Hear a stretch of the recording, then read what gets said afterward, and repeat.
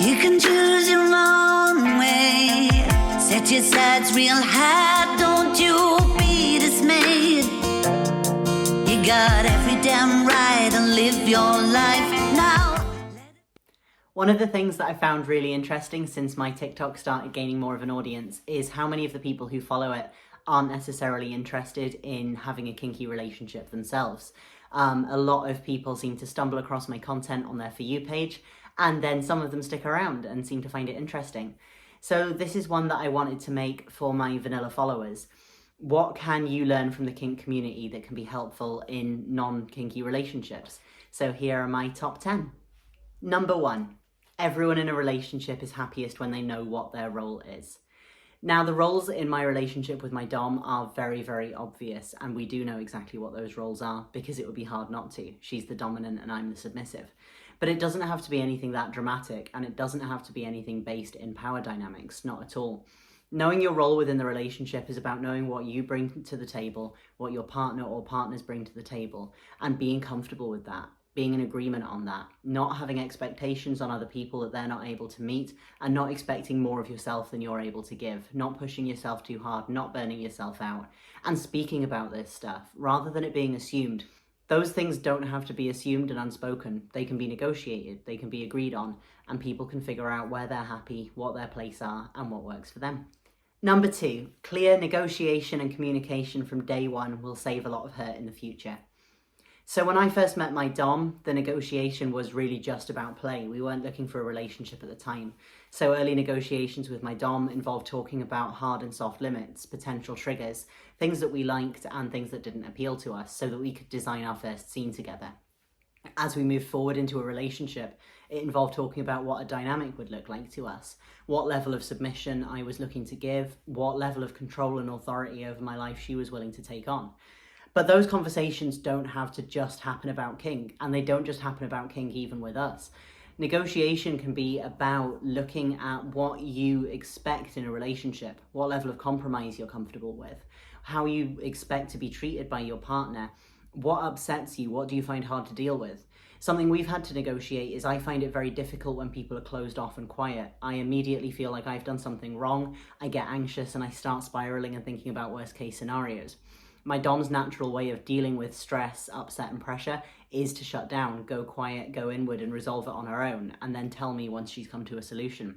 That difference in communication styles has been difficult for us at times, and the way that we've worked through that has been by using the skills that we learned through kink, talking about our needs, our expectations, and our desires, and our natural ways of being, and finding a way that we can meet in the middle between them. Number 3, physical intimacy won't be its best if it just happens. Needs to be talked about, needs to be crystal clear, and people need to be willing to share what they like and what they don't. So with kink, this can be a real safety issue. Some of the ways we're intimate with each other involve some pretty dangerous toys and some pretty wild stuff. But I don't think that the reason that the sex I have with my dom is the best sex I've ever had in my life is just because it's more exciting, more wild, more adventurous. Even if we had completely vanilla sexual tastes, because of the type of communication we have and the type of people that we have a kind of communication that would allow for the best sex possible for us because we have a good understanding of each other's needs. That means being completely honest, being open to talking about fantasies, being able to talk about tastes in porn and erotica if that's something that you're into, and being able to ask questions, to learn and to listen. Not to take it personally if your partner says, I don't like that, it's not working for me, but to actually really understand what it is that's not working and how you can correct that. Number 4, learn to hear each other's wants and needs completely without judgment. Learn to listen and learn to share. So this really does follow on from the last one, but it needs to be expanded far beyond sex, beyond kinky play, beyond any kind of physical intimacy. This is about what you want from the relationship as a whole, what you want from your life, from your lifestyle, from the ways you connect with each other outside of the bedroom. I struggled a lot in previous relationships to express my wants and needs. And a big part of that was because what I wanted and needed fell outside the norm. And a lot of it was stuff I didn't even understand about myself. I knew that I had kinky fantasies, but I didn't really know how that would play into the role that I would end up settling into, or what I would actually enjoy taking it out of my head and into the real world. So that shame formed a boundary between me and my partners that I wasn't able to cross, and neither were they because they didn't know what the problem was. Those kind of fears and shames can come up in so many areas other than kink. I carried a lot of shame for years around being trans, for example, and that put up walls between me and partners. I carried a lot of shame around my mental health and things that I'd been through as a child, and again, that wall comes up. Being able to say to someone, because of experiences that I've had in the past, this makes me feel unsafe, and this is what I need to feel more at ease, that is sharing a need, and it is sharing it without fear of judgment, or at least trying to, facing that fear and doing it anyway. That's the real courage. And that's where the real healthy communication starts, where the growth starts, and where people can actually get their needs met instead of trying to shut them down and ignore them, because eventually that will come out. Number 5, everything that you give and receive in a relationship is an exchange. You may not contribute the same things, but should contribute with equal energy, passion, and devotion. So we talk a lot about our power exchange. That's the big exchange in our relationship, and it's the one that most appears dramatic and visible to the outside world. The drastic difference in our status within the relationship, with the roles that we have. That is obvious stuff, but in every relationship there are exchanges happening every day. This can be down to the practical things. One person in the relationship cooks more often, the other does the majority of the housework. It can happen with communication styles, where one does more of the talking and another does more of the listening. It can happen with sex, where one initiates more and one tends to be more passive but still enthusiastic. It can happen with your hobbies, where there's a trade-off between doing something that they like and something that I like. These are all the little exchanges that we make in relationships, but we don't often think about them in those terms. And when we don't think about them in those terms, it can be easy to let them fall out of balance, where one person is making all the compromises and doing all the heavy lifting, and the other doesn't see that they're doing that and ignores it, not out of any kind of malice, but just because they don't realize that their partner is starting to hit burnout. Talking about these things in terms of exchange allows you to rebalance that scale, allows you to see that we are both contributing, that we are both giving as much as we have to give, but what that looks like is going to be different depending on what we have to offer and what we feel comfortable with. Number 6, don't get stuck in a rut. Stay creative in love, in sex, and in life. Keep your relationship an adventure.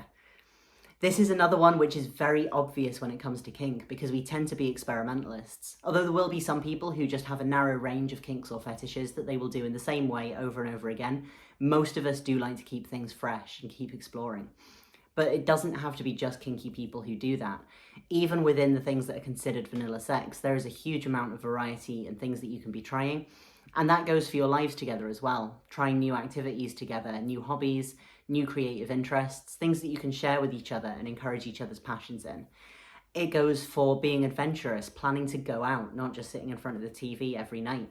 And I know that's not always easy. Money and time and energy can all start to limit that.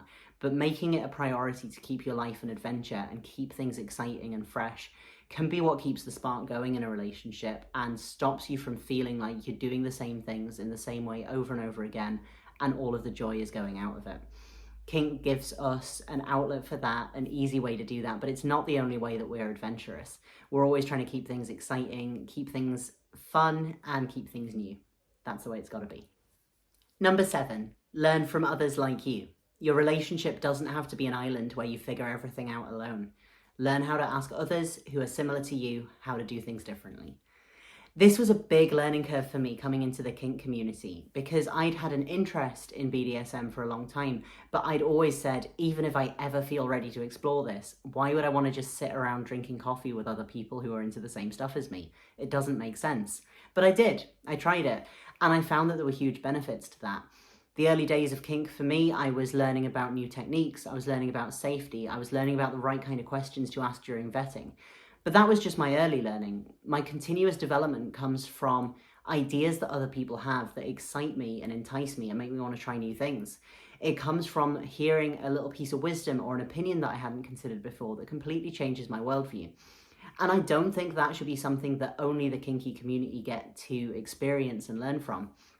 If you're struggling as a couple, or if there's things that you want to change about your relationship, there's nothing wrong with reaching out to other people who have gone through the same thing or who have similar relationships to yours. So maybe you're struggling early as parents in keeping the spark alive in your relationship. Talk to other new parents.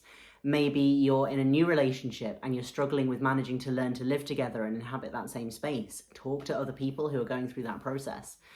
Maybe you are in a monogamous relationship that you're considering opening up in some way, exploring polyamory, non-monogamy, swinging, threesomes. Talk to the other people who are doing that and find out how they overcame things like jealousy and insecurity in their relationships. People have this idea sometimes that your partner or partners have to be your whole world and have to be your only source of information on how to fix any issues in the relationship or how to overcome challenges together. And your partner is someone that you want on your side during that, but they don't know everything any more than you do. And that's where turning to the rest of the community can be really helpful. Number 8, normalize big conversations. That's things like vetting, sexual health, safety, and consent, right from day one. So there's certain things that we kind of think of in the vanilla world as like a third date conversation. If you're taking things slow in a relationship, it might seem weird to start talking about things like your sexual health practices and consent practices right off the bat. But those conversations are the key to figuring out your compatibility, your values, and your worldview to see if they're actually going to mesh with each other. For me, even if I was pursuing vanilla dating, I have no interest in being involved with someone who doesn't value their sexual health, doesn't practice safer sex, and doesn't have a decent understanding of what the risks are that they are taking. I'm not interested in any kind of sex with someone who doesn't have a good understanding of consent, and consent is so much more complicated than is it a yes or is it a no. Looking at the ability to revoke consent, the ability for consent to be conditional, the understanding that enthusiastic consent is a very complicated thing and not always easy to define. That's something that would be a deal breaker for me. If people don't understand consent well, I don't want to be playing with them at any level. Vetting is something that's very normalized in the kink community. The idea that if you're planning on any kind of intimacy with someone, you were gonna ask questions about those kind of things, about their safety practices, about if people can vouch for them, about their experience level with things. And these are conversations that I think we should be starting to normalize within vanilla dating and hookup culture, because there's nothing wrong with getting this stuff out in the open and figuring out if you're on the same page. It's not a guarantee that things are gonna go in that direction, it's just laying the groundwork. Number 9, consent. It's not just for sex. Challenges with communication styles, shifting boundaries over time, or just day-to-day challenges can be an opportunity to use consent as a model for how you approach each other. So in our dynamic, we have things in place well outside of play that need to be actively consented to. Our dynamic, the level of control that my dom has over me, the system of punishments that's in place if I break rules, the expectations and tasks that I have put on me. All of that stuff has to be consented to.